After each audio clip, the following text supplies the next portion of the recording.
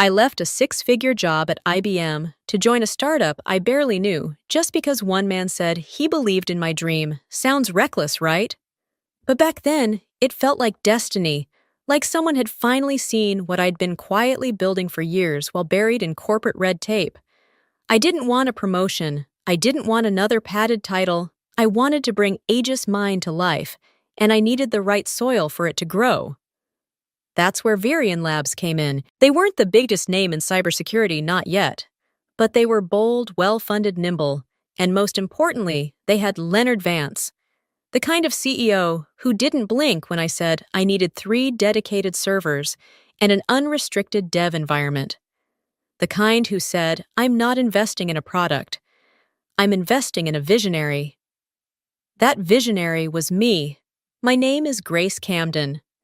I'm an AI systems architect with a specialty in behavioral cybersecurity, and I'd been carrying the blueprint for Aegis Mind, a predictive AI defense system, inside my head and my notebooks for nearly 4 years.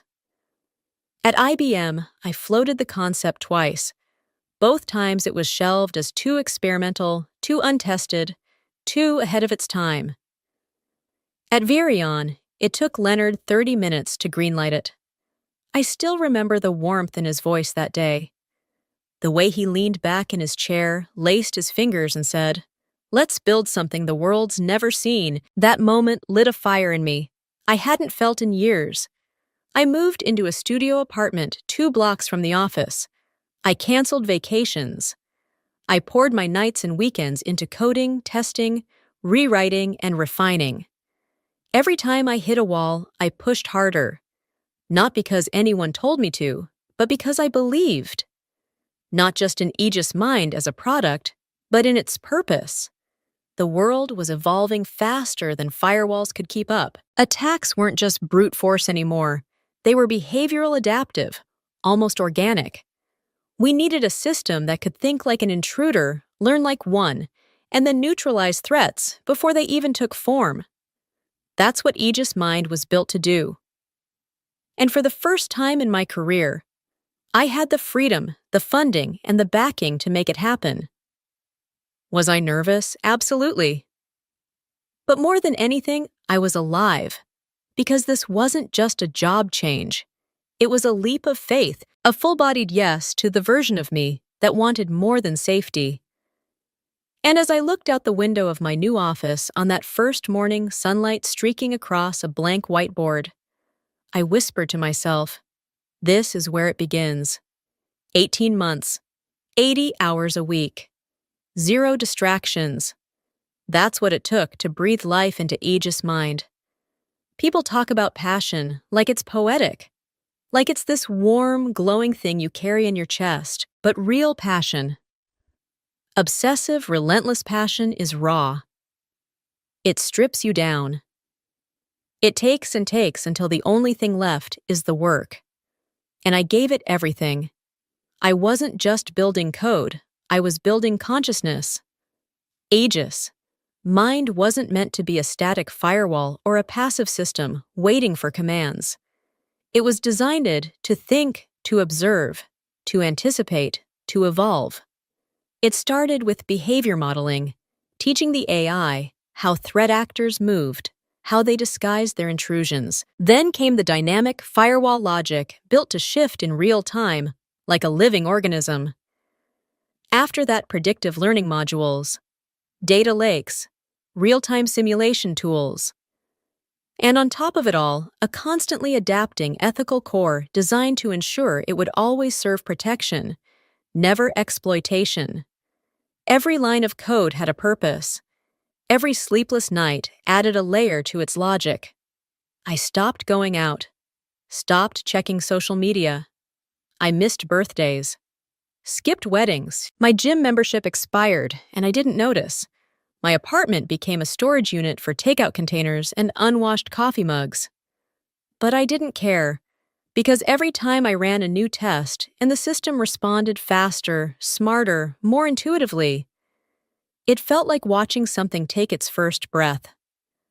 Sometimes I'd look up at the clock and realize I hadn't spoken out loud in 12 hours. I lived in headphones and silence, in screens filled with cascading data. It was the kind of isolation that would have crushed someone else.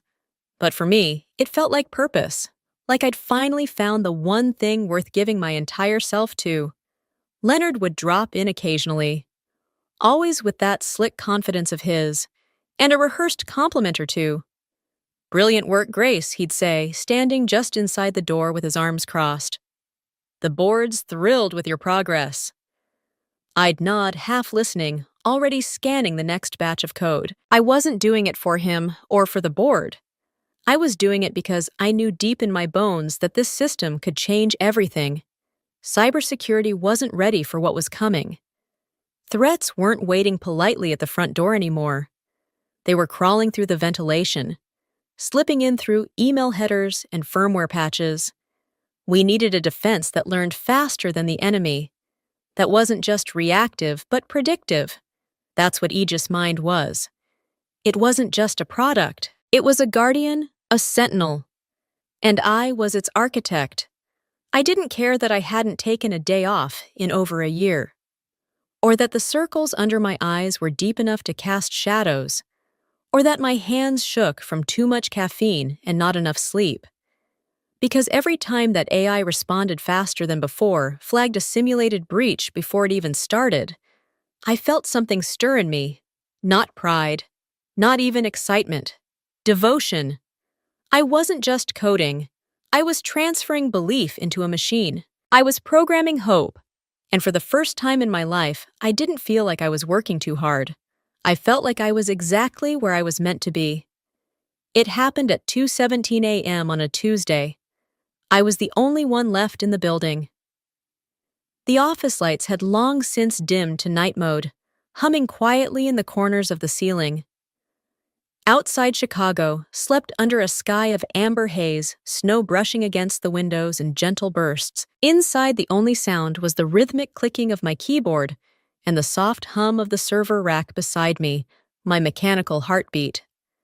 I hadn't planned to stay that late, but something told me tonight was different. The simulation I was about to run was the most advanced one yet. An adaptive threat scenario designed to emulate a highly intelligent, multi-vector cyber attack. The kind that didn't just go after passwords or ports, but observed, waited, and learned. The kind of breach that governments feared and financial institutions quietly paid millions to recover from. I initiated the test and leaned back, holding my breath. On the monitor, I watched in real time as the simulated threat deployed. It behaved like a ghost slithering through a networked environment, silently disabling protocols, mimicking user behavior with frightening precision. For the first 10 seconds, Aegis Mind did nothing. I felt my stomach drop. Had I overreached, pushed the system too far, I reached for the keyboard, instinctively ready to intervene. But then, suddenly, the cursor moved. Aegis Mind pulsed. It wasn't reacting. It was observing, calculating, watching the threat unfold in silence, just like a real analyst would. And then it struck, like a flash of lightning. The system fired back in multiple directions at once, isolating virtual nodes, shutting down deceptive user processes, and rewriting access points on the fly. But it didn't just block the attack, it adapted to it. The longer the simulation ran, the faster Aegis Mind became. It wasn't just defending, it was learning in real time. It started flagging subtle behavioral anomalies that even I hadn't coded for micro-latency differences, abnormal mouse movement sequences that a human wouldn't typically perform. And then came the moment that made me sit completely still. Aegis Mind halted the final stage of the simulated breach, not because of a pre-programmed rule, but because it had deduced on its own that the attacker was preparing a system-level override. It stopped it before it even started. My screen lit up with a single blinking message. Breach neutralized. Adaptive firewall integrity maintained. I blinked once, twice. Then I slowly stood up, backed away from the screen, and let the weight of it all hit me. It worked. It really worked. Not in theory, not in a white paper, not in controlled lab conditions, But here at 2:17 a.m. in the middle of an empty office in the realest way possible, I pressed a hand to my mouth as tears welled up in my eyes. Not out of exhaustion, not because I was overwhelmed, but because in that quiet, flickering moment, I realized what I'd done. I hadn't just created a program. I had created something that understood danger, that responded, that evolved, that protected. I had created something that knew how to survive. And somehow, in its own language, it had spoken back to me. It had said, "I've got this." The emotion rushed through me like a floodgate opening. I thought about the 18 months of sacrifice, the nights I spent alone with cold pizza and crashing servers. The holidays missed the birthdays. I forgot. The people who'd told me I was wasting time, chasing something too abstract, too impractical. I wished they could have seen this. More than that, I wished they could have felt it, because this was more than code on a screen, more than a breakthrough. This was proof of concept, turned proof of life. I walked over to the whiteboard and picked up a marker with trembling fingers. There, in the top right corner, where I had scribbled the phrase, Phase 4, Self-Directed Defense Stretch Goal, I drew a bold green check mark. Then I wrote a single line beneath it. It thinks I stood back, breath shallow, heart full, and I whispered to no one, I've created a mind that knows how to defend itself, and maybe even how to live. I walked into Leonard's office, expecting applause. My heart was still racing from the night before. Aegis Mind had done something no other system had ever done. It had defended itself without a single human touch. It had learned, adapted, protected. I had proof I had the logs I had built, something that worked beyond even my most ambitious projections. So when Leonard called a meeting for the next afternoon, I assumed it would be a formality, a stepping stone toward announcement. I imagined handshakes, maybe even champagne. Hell, I'd even practiced a short speech in the elevator on the way up. But when I stepped into the room, something felt wrong. Leonard was already seated. Across from him sat Miranda Steele, Virion Labs' general counsel. The air was thick and still. The windows behind them were slightly tinted, painting the skyline a soft gray. There were no smiles, no congratulations. Just a manila folder on the table, waiting for me like a silent warning. "Have a seat," Grace Leonard said. His voice was polite, too polite, carefully measured. I sat down slowly, my laptop still clutched under one arm, ready to show him the demo results. But he didn't ask for it. Instead, he pushed the folder toward me with 2 fingers. "We wanted to touch base before moving forward with next steps," he said. "There are just a few legal housekeeping matters we need to clarify." Miranda cleared her throat, folding her hands on the table. Section 16(4) of your employment agreement states that any intellectual property developed using Virion Labs resources, regardless of conceptual origin, belongs solely to the company. The words hit me like cold water. I blinked. "I'm familiar with the clause," I said carefully, "but Aegis Mind was conceptualized long before I joined Virion. I have notes, models, email records." "That may be true." Miranda interrupted, her voice emotionless. "But the functional system, the deployable product that was developed on our time using our equipment." Leonard leaned forward and fingers laced together. "Let's be honest, Grace. Without Virion's backing, Aegis Mind wouldn't exist. You've done brilliant work and the board recognizes that, which is why we're offering you a success bonus, $250,000. My body went still.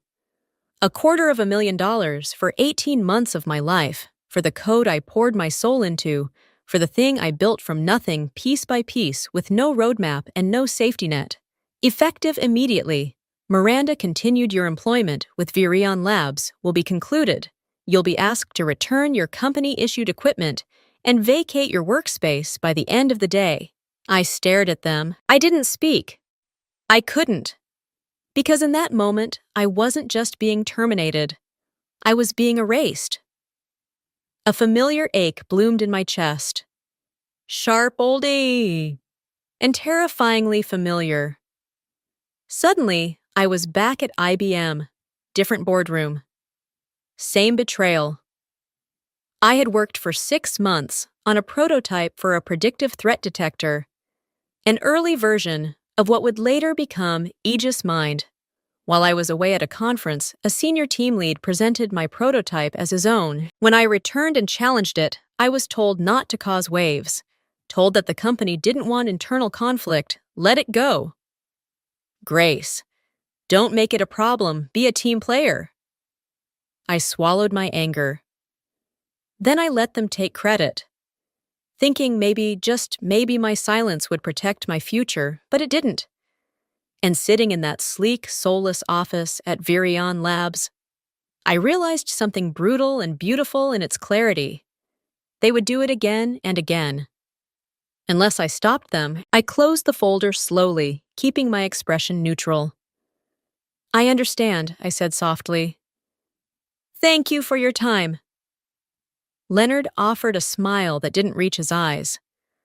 We appreciate your professionalism. As I stood to leave, my voice was calm, but inside a fire was taking shape, slow, quiet.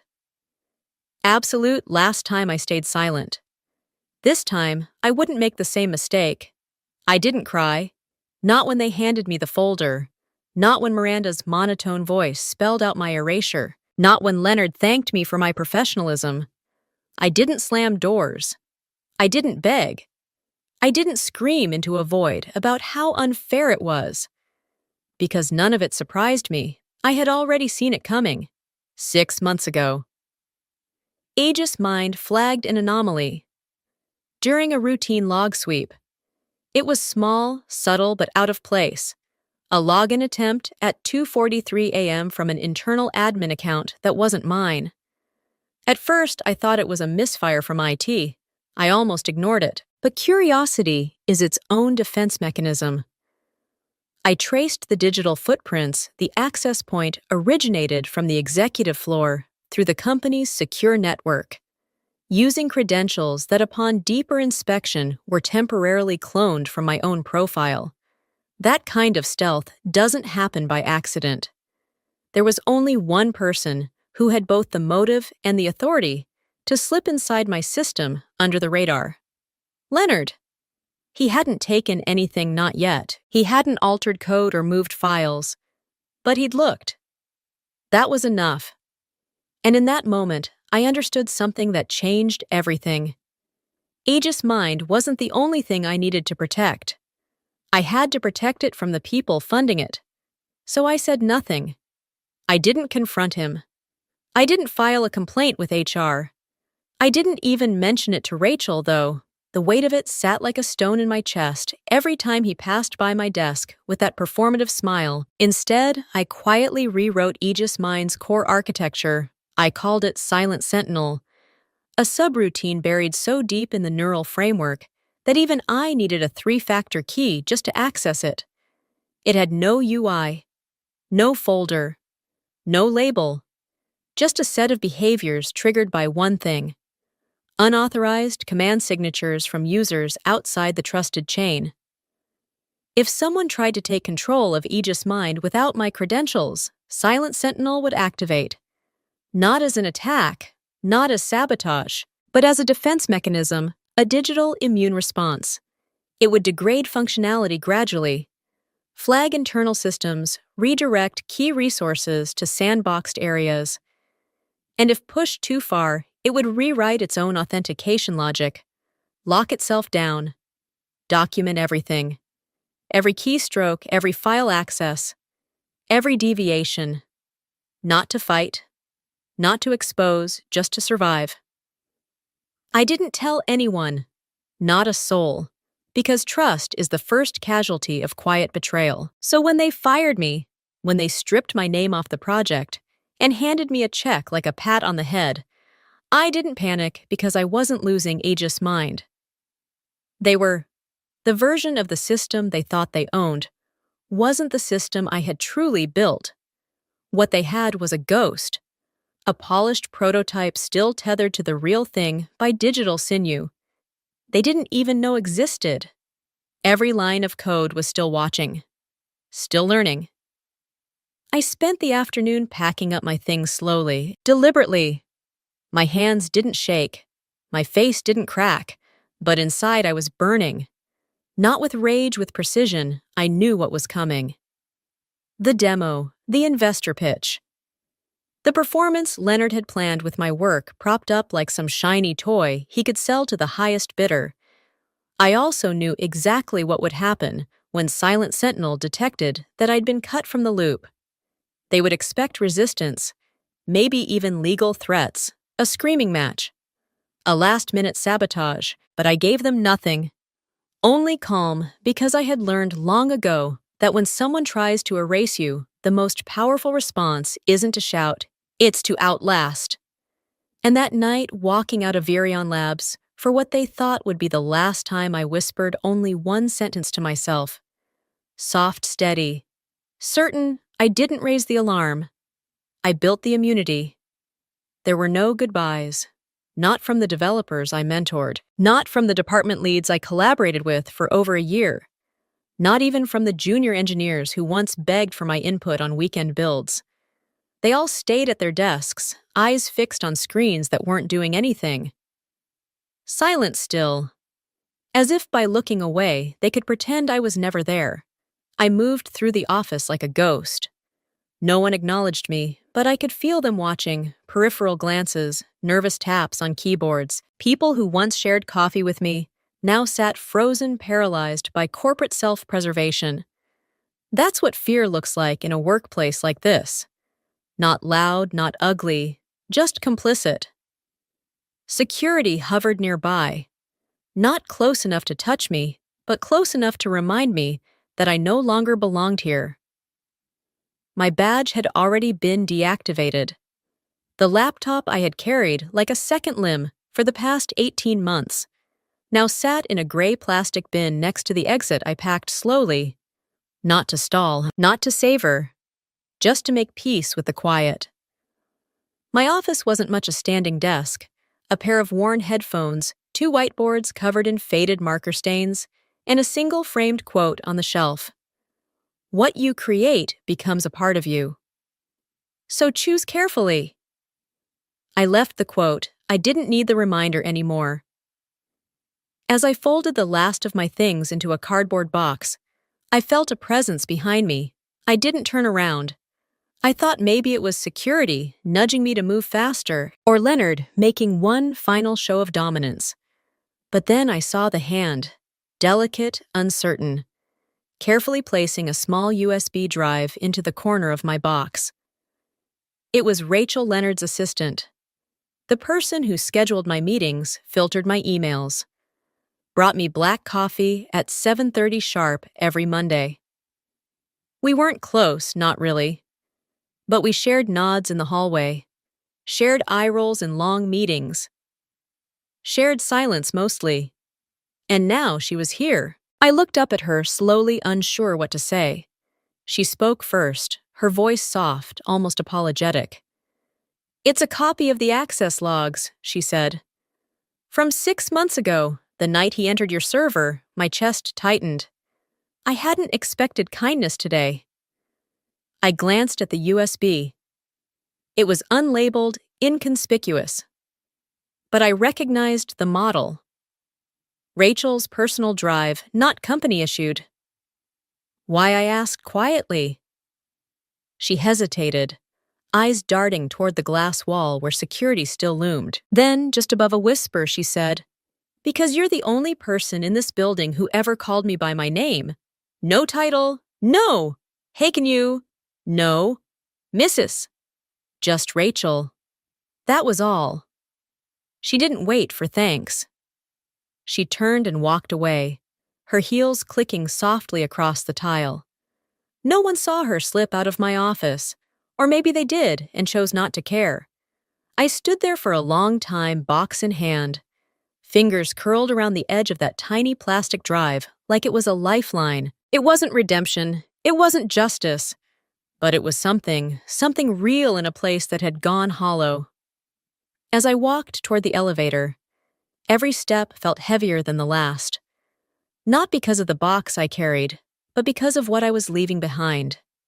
The long nights, the code, the sleepless breakthroughs, the quiet dreams stitched into every layer of Aegis mind. I stepped into the elevator alone. The doors closed behind me without a sound, and for the first time since they fired me, my eyes welled up. But I didn't cry. I couldn't. Bitterness doesn't always show itself in tears. Sometimes it just settles in your bones, cold and unmoving. Sometimes silence is the loudest thing you carry with you. And that day, walking out of Virion Labs, I didn't feel defeated. I felt unfinished. It began unraveling exactly 10 minutes in. The lights were dimmed. The screen cast a cool blue glow across the sleek glass conference room, and every chair was filled 12 investors, 4 board members, and Leonard standing at the head of the table, smiling like a man about to secure a $75 million Series C. The presentation started smooth. Familiar Aegis mind, loaded, beautifully booted up with speed and elegance, Leonard moved through the slides with polish and poise. He even borrowed phrases I had coined: anticipatory architecture, adaptive heuristics defense through prediction. For a moment, he really thought he had it. And then, it started. At first, just a flicker. One status light on the mainframe dashboard blinking yellow instead of green. Leonard didn't notice, he was still in his rhythm. Then the alerts began. Quiet pings at first. Discrete notifications in the system console. Unverified internal access pattern detected. Behavioral anomaly. Registered system integrity breach origin traced to Virion Corp. Admin.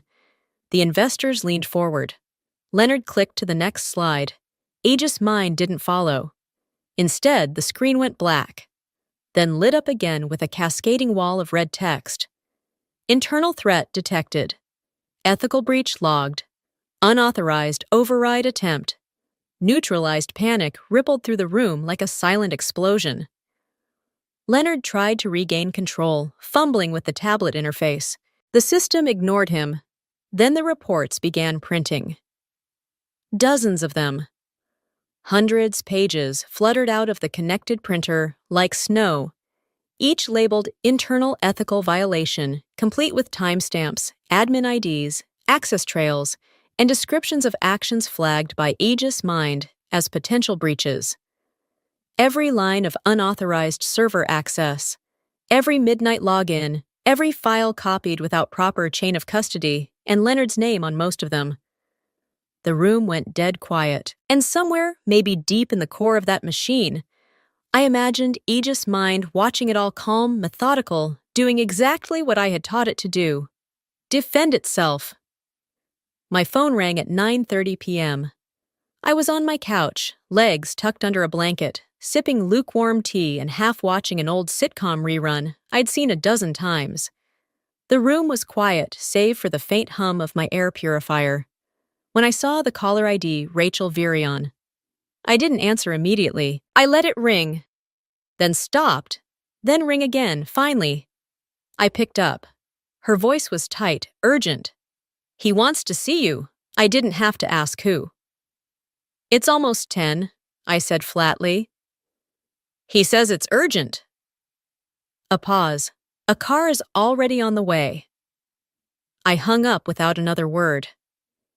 As I moved through my apartment, pulling on a coat and sliding the USB with the authentication patch into my pocket, I felt a calm I hadn't known in weeks. Not smugness, not revenge, control. Because this wasn't an accident 6 months ago. When I buried Silent Sentinel deep in Aegis Mind's architecture, I'd planned for this exact moment not to destroy the system, but to preserve its integrity. To teach it to recognize not just external threats, but internal ones, especially the kind that smiled at you while stealing your life's work. And now Leonard was reaping the result. He thought I would rage, sue sabotage. Instead, I let him walk into a minefield thinking the ground was his. And watching from afar in the quiet of my living room, I felt nothing but stillness. Not vengeance, not pity, just justice in motion. When the car pulled up, I stepped inside without a word. The city lights blurred past as we drove. But I didn't look out the window. I just stared at my own reflection in the glass.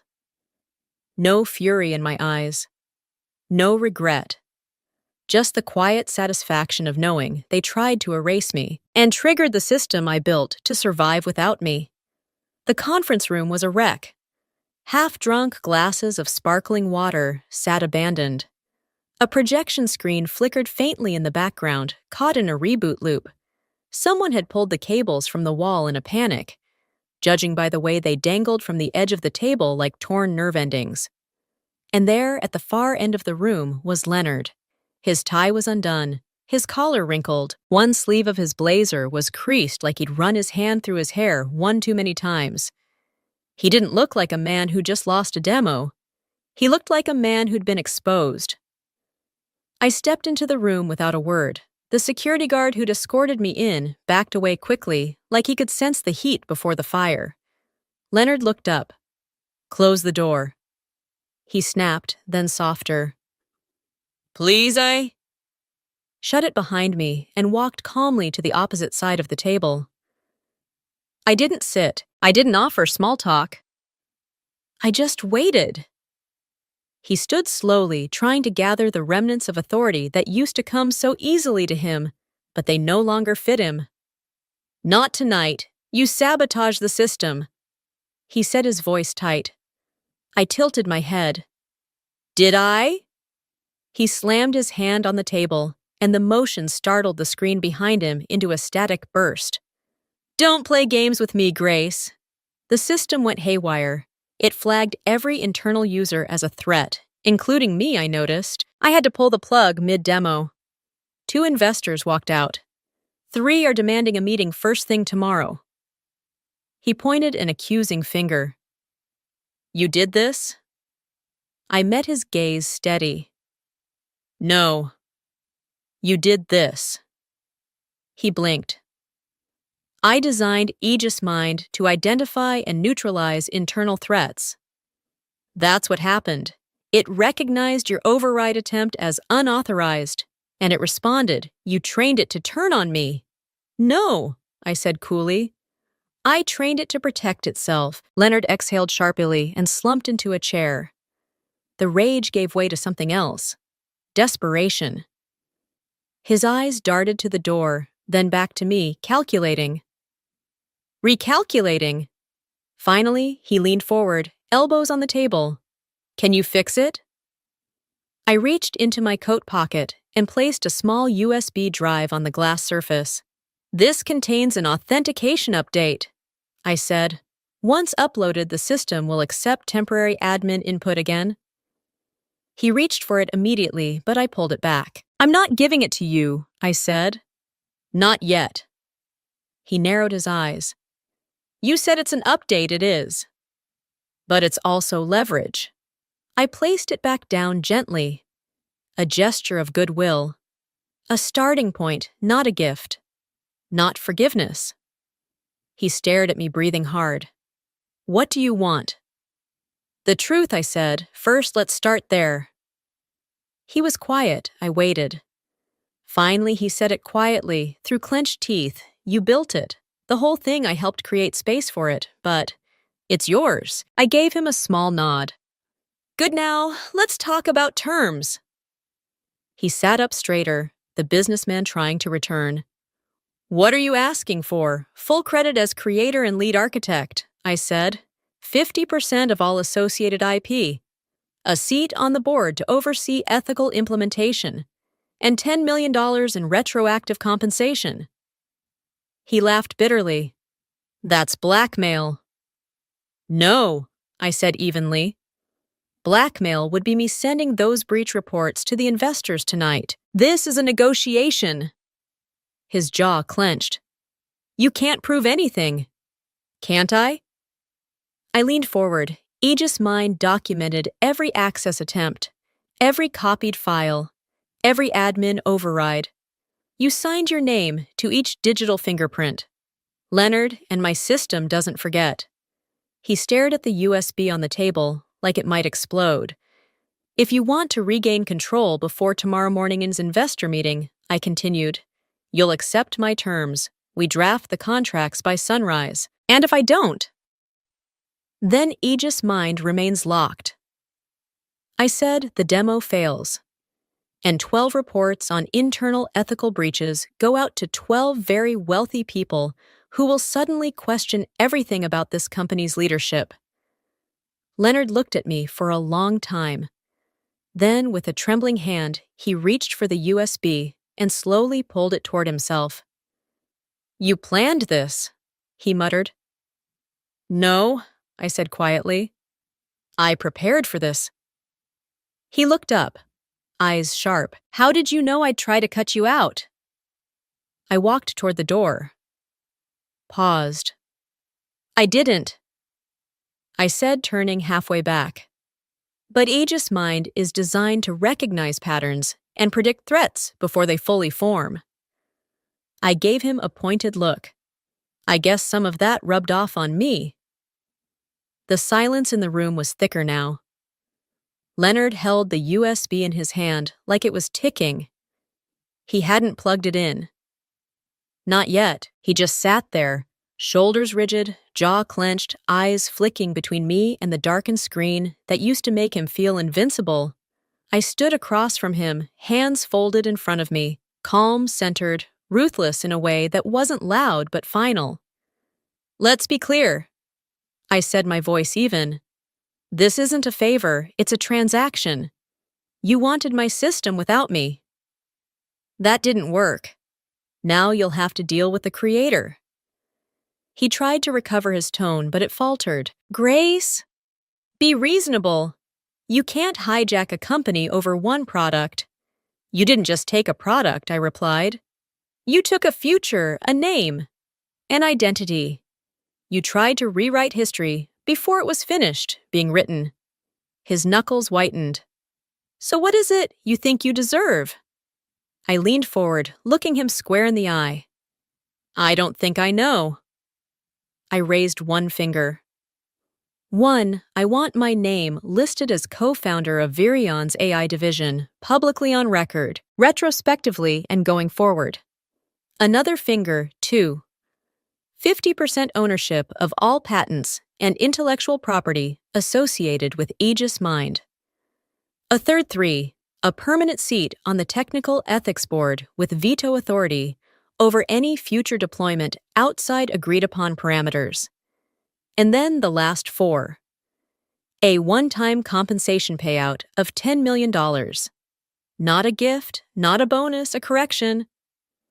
Leonard stared at me like I had just spoken in another language. He opened his mouth, closed it, then finally managed, "That's not a negotiation, that's extortion." I smiled, the kind of smile people mistake for politeness until they feel the edge of it. "No," I said calmly. "Extortion would be me emailing the SEC. The keystroke logs Aegis Mind collected of you accessing my private development environment under a cloned account." His face drained of color. "Extortion," I continued, "would be me blind copying those 12 investors on a document titled Undisclosed Internal Ethical Breaches at Virion Labs. A technical summary." I stepped closer. Not threatening. Not theatrical. Just steady. "But I haven't done that. I came here with a patch. A handshake. A way to move forward." He stared at the table like it might offer him a better option. "I want power, Leonard," I said. "Not revenge. Not headlines. Power control over what I built. A seat at the table I was cut out of, and a guarantee that no one ever edits me out of the story again. You realize," he said, voice strained, "you're holding this company hostage." "No," I corrected. "I'm rescuing it. You still have a chance to walk into that investor meeting tomorrow with a working system, a visionary co-founder, and a future. Or you can walk in with a failed demo, 12 breach reports, and the stink of scandal clinging to your suit." Leonard rubbed his forehead, like he was trying to push the conversation back into something he could control. "I made a mistake," he finally said. "I see that now. I didn't blink. This isn't about your realization." I said, "This is about the terms." The room was still, Then slowly, carefully, he set the USB back on the table. His fingers lingered on it like it might vanish. "I'll call legal tonight," he said. "We can draft an agreement." "Good," I said. "I'll send over my team's contact." He raised his eyebrows. "You already have a legal team." I gave him the faintest shrug. I prepared for the worst. "That's what Aegis Mind was built for, wasn't it?" He chuckled bitterly, shaking his head. "You really think you won?" "I didn't win." I said. I corrected the trajectory. He looked at me differently now. Not like a subordinate, not even like a rival, like someone dangerous, someone he couldn't predict anymore. That was fine. I didn't need him to understand me, just to sign. As I turned to leave, I stopped at the door. Glanced back once. "You thought I wanted justice." I said, "I don't." I held his gaze one last time. "I want authorship, and I wouldn't settle for anything less." The boardroom looked exactly the same as the night before, polished glass walls. A long, matte black table, minimalist chairs lined in perfect symmetry. But everything had changed. This time, I wasn't standing outside the door with a badge that didn't scan. This time I walked in through the front. Leonard stood at the head of the table again, flanked by senior board members and an army of bright-eyed investors. But there was no confidence in his stance this morning, only stiffness. A learned stillness, like someone holding his breath through the storm. I took my seat at the opposite end of the table beside the lead engineer and across from the CTO's nameplate, which now read Grace Camden. He hadn't said much when I arrived. Just a tight nod and a muttered "good morning." We both knew what this was, his public concession. His final undoing wrapped in formality. Leonard cleared his throat. "Before we begin, I'd like to introduce someone many of you may already be familiar with." He glanced my way briefly, then looked back down at his notes. "This is Grace Camden, co-founder of our AI division, and as of this morning, Virion's Chief Technology Officer." The room turned to me. I didn't smile. I didn't wave. I just nodded once, slow and calm, like the weight of the title didn't dazzle me, but fit me. The demo launched smoothly, cleaner than ever. Aegis Mind spun up in seconds, intercepting complex real-time threats that would have baffled most human teams. The system adapted on the fly, redirecting simulated attacks with seamless logic and zero latency. There were audible murmurs around the room, heads nodding, pens scribbling notes, investors leaning closer to screens. Then came the question that hung in the air like a match waiting to be struck. A man in a tailored navy suit, someone with decades of capital in his voice, looked toward Leonard and asked casually, "So, who originally conceived the idea behind this system?" Leonard froze. It was only a moment. A blink. A fraction of hesitation. But I saw it, and so did everyone else. He looked at me, then lowered his eyes. "It was Grace," he said quietly. "It was her vision from the beginning." And just like that, the silence cracked. The investors turned toward me again, not with polite curiosity this time, but with a new awareness. A shifting of gravity in the room. Recognition. I leaned forward slightly. "Just enough. Aegis Mind wasn't built overnight," I said evenly. "It took years of planning, months of around-the-clock development, and a commitment to protecting systems from threats most people haven't even imagined yet." I paused. "But protection!" I added, "only works when the system is led with clarity and integrity." The message landed. Not loud, not dramatic, but sharp. And I didn't need to say more because now they saw it. Not just the system, but the architect behind it. And I wasn't asking for space anymore. I had taken my seat at the table. 3 months later, Aegis Mind made headlines. A multinational European bank had suffered a coordinated cyber attack deep complex and designed to siphon over $500 million through masked sub-transactions. The breach bypassed traditional firewalls, skipped detection software, and moved in patterns that mimicked authorized personnel, but it didn't get past Aegis Mind. The system flagged the intrusion just 43 seconds in. By the 3-minute mark, it had isolated the threat, traced the routing paths, and blocked outgoing transfers. No money left the system. No customer data was compromised, and no one had to lift a finger. The story ran across major outlets. A machine that thinks like a human, defends like a fortress. They called it "The bank released a statement praising the predictive intelligence and ethical architecture of Aegis Mind." It was the kind of validation most people wait a lifetime for. And yet, I didn't celebrate with champagne. I didn't throw a party or give an emotional press conference. I just sat in my office, quiet sunlight pouring in through tall glass windows, and watched the alert appear on my private terminal. Aegis Mind status integrity, restored threat, neutralized. I read the words twice, and then I smiled. Because it wasn't just a status update. It was a mirror. That system had once been my everything, my obsession, my escape, my reason to endure. I had poured myself into it, to the point where I no longer knew where the code ended, and I began. But somewhere along the way, I'd stopped just building Aegis Mind. I had started reflecting it, the vigilance, the adaptability, the need to defend without losing one's identity.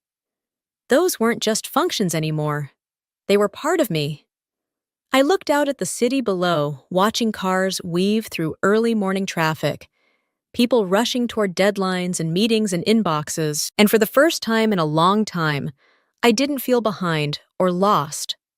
I felt present.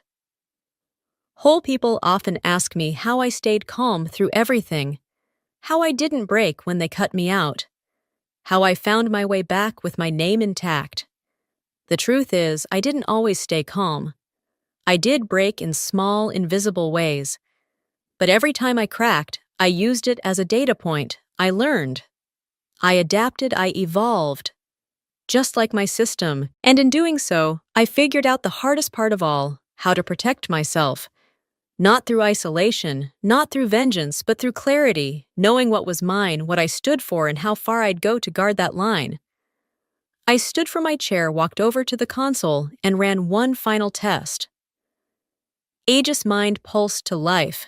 Responsive, steady, just like I trained it learned how to survive, I whispered. Then, with a smile that felt less like triumph and more like peace, I added, "And so did I." The day Virion Labs went public, the valuation hit $2 billion before noon. Flashbulbs, applause, headlines, faces I barely recognized, shaking hands in celebration of a future they once tried to steal from me. But I didn't stand center stage. I stood off to the side, quietly watching it all unfold with a calm that came not from pride, but from perspective. It wasn't just the money or the moment, it was the message. Near the back of the room, I spotted Rachel leaning against a support beam. Arms crossed, expression unreadable. When our eyes met, she didn't smile. She just gave me a small nod. A quiet acknowledgement. A shared history only we understood. And then, through the crowd, a voice. "Ms. Camden." I turned to see a young woman, early 20s, maybe a junior dev from one of our global teams. She held a tablet in one hand, eyes wide with something between awe and curiosity. "Can I ask you something?" she said. I nodded. "Of course," she hesitated, then asked, "How did you do it? How did you keep what you built from being taken away?" I looked at her for a long moment. There were 1,000 answers I could have given. About contracts, strategy, foresight, firewalls. But instead, I said simply, it wasn't about writing perfect code. It was about recognizing the real threat. She blinked. "People think danger always comes from the outside," I continued, "from hackers, competitors. But sometimes the thing that destroys what you build is much closer. Sometimes it wears a smile, sometimes it signs your paycheck.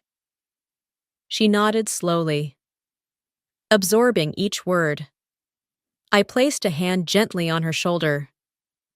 That's why you don't just build brilliant systems, I said. You build boundaries, protections. You harden the edges and leave a tripwire at the core, because what you create is a piece of you, and no one else will guard it the way you do. She thanked me and slipped back into the crowd. But her question stayed with me. So now I'll ask you, what would you do if everything you built, your work, your ideas, your future was about to be taken from you? Would you walk away? Would you fight? Or would you do what I did? Silently embed a safeguard at the heart of it. So even if they tried to erase you, you'd still be there, written into the very structure, because that's what survival looks like. That's what evolution feels like. And in the end, protecting your work isn't about paranoia. It's about respect for yourself and for what you've created. So here's my final line of code for you. Don't just build something. Defend it. Don't just fight for credit. Fight for authorship. And when they try to write you out, make sure the system still speaks in your voice. If this story resonated with you, if you've ever been overlooked, silenced, or underestimated, I want to hear from you. Leave a comment below. Tell me how you protected what mattered. Share this story with someone who's fighting to be heard. And if you believe in defending what you create, subscribe, because more stories like this are coming. The world doesn't give you authorship. You claim it, and I'm living proof that you can. Grace Camden.